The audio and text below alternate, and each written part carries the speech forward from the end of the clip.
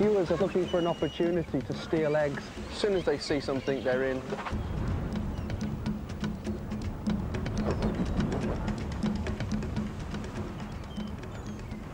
The Falkland Islands are a desolate, windy place, but they're home to a wide variety of penguins. And no one loves penguins more than Mike Bingham. For nearly 10 years, he's been working to save the island's endangered penguins. And once a year, he conducts a detailed census of the birds. The counting is quite straightforward because what I'm actually counting is the number of birds that are actually sitting on nests. And we call that number of breeding pairs. They're quite comical to watch. Funny and felonious. They're quite prone to stealing rocks from neighboring nests in order to build up the foundation of their own. This kind of stealing's not really detrimental to the nests of the penguins in general. But there's another kind of stealing that's much worse. The kind done by a predatory bird called a skua. The skuas are forever looking for an opportunity to steal eggs. As soon as they see something, they're in, and they're away with it before the penguin has a chance to cover it up. And the penguins can do nothing but mourn. Next, we're off to see a most unusual breed of penguin. They're all over this hillside. What's that? You can't see them all? Well, don't worry. Mike will explain. Well, you wouldn't think it, but we're right in the middle of quite a large penguin colony. These are Magellanic penguins, and they all live underground. This looks like a likely spot for an occupied burrow. There's guano outside the entrance, and it looks well trampled. There's probably a penguin living in here.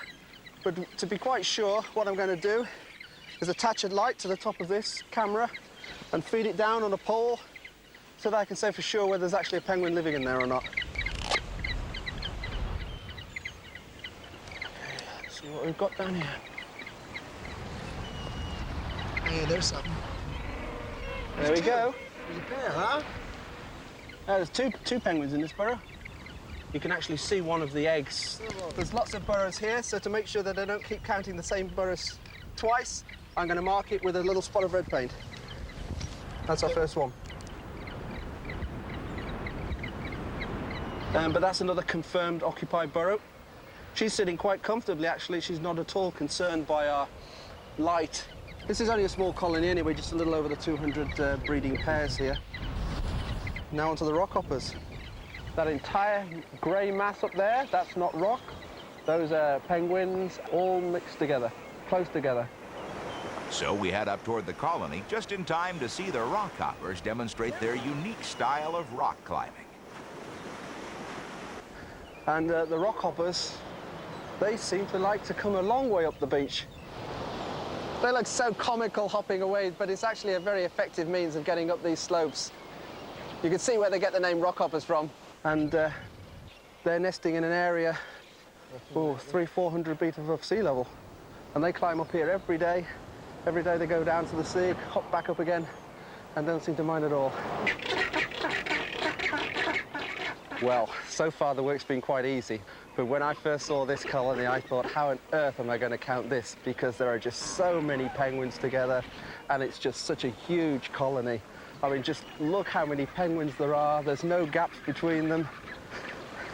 The penguins themselves are very tolerant, and as long as I'm not trampling over their actual nests, they'll try to peck my boots, and they'll shout at me, but they won't run away. They're great little penguins, these are. Small, quarrelsome, noisy. They're really attractive little birds as well, aren't they? With their crazy haircuts and their yellow tufts and their red eyes. They're huge feet. Well, that's the last of them, all done.